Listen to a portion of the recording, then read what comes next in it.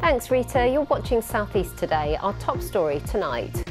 Calls for Kent County Council to tackle hard decisions to save £86 million. And sweet-toothed shoppers can cherry-pick the cream of the Kent crop as this summer's harvest is off the sugar scale.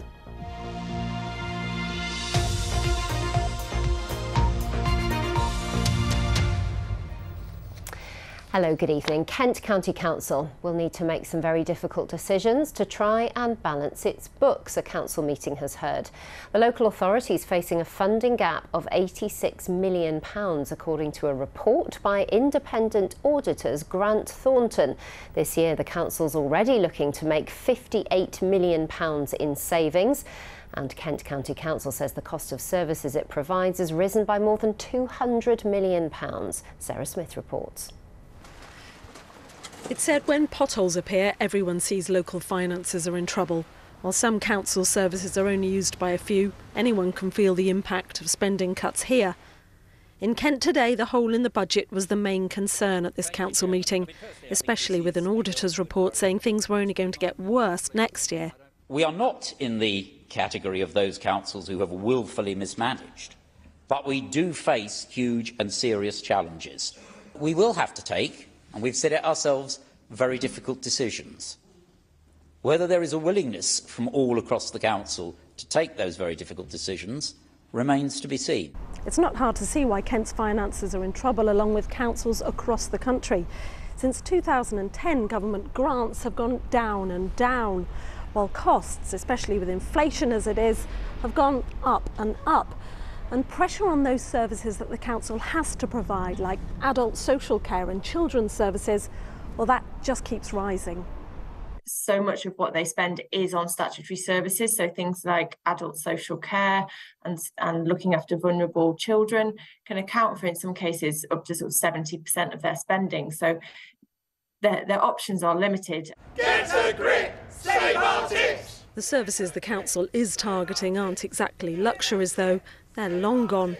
And outside the chamber there were protests over plans to shut a number of waste and recycling centres. The costs will shift to the Borough Council, that's responsible for fly tipping and is responsible for waste collection.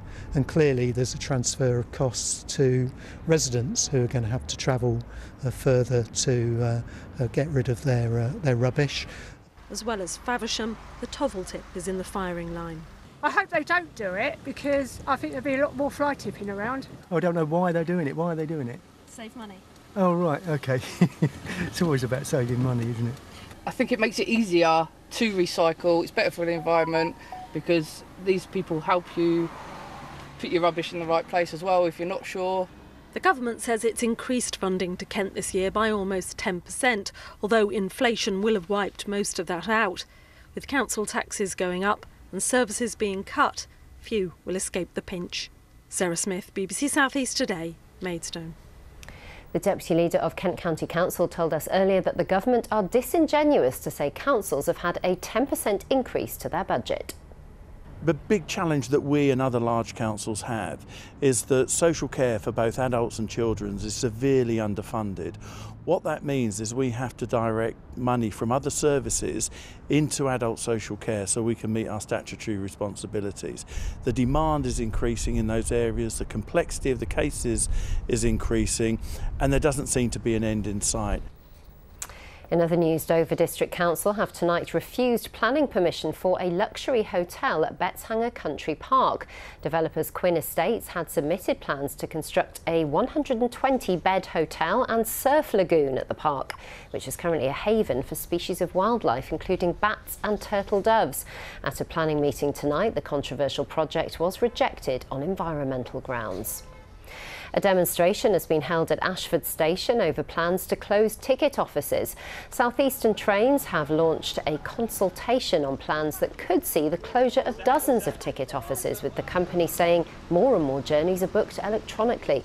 But it has met with opposition from unions and disability campaigners who fear up-to-date accessibility information may not be available.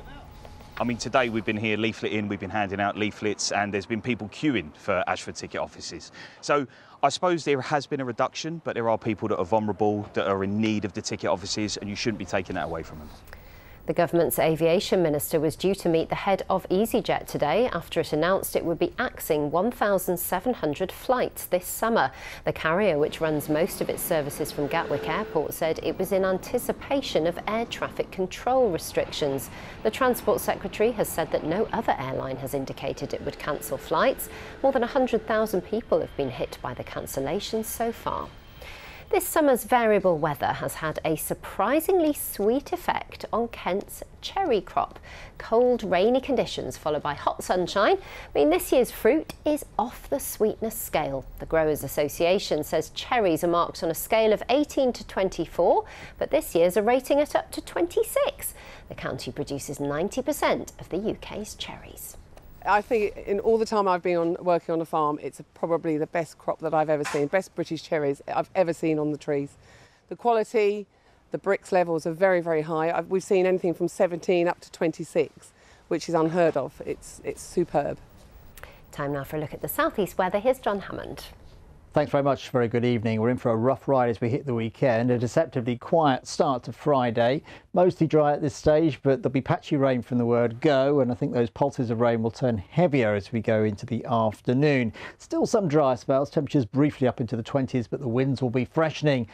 And it's going to turn into a very wet and windy night. The rain will clear through by Saturday, but the winds will strengthen further. A very blustery day to come. Gusts over 50 miles an hour in exposed places. Hence the warning from the Met Office. There really could well be some significant impacts from these winds during the course of Saturday. Gradually, they'll start to subside as we go into Sunday. So the wind and the rain clearing away, turning drier, brighter and quieter into early next week. That's it from us. Bye-bye for now.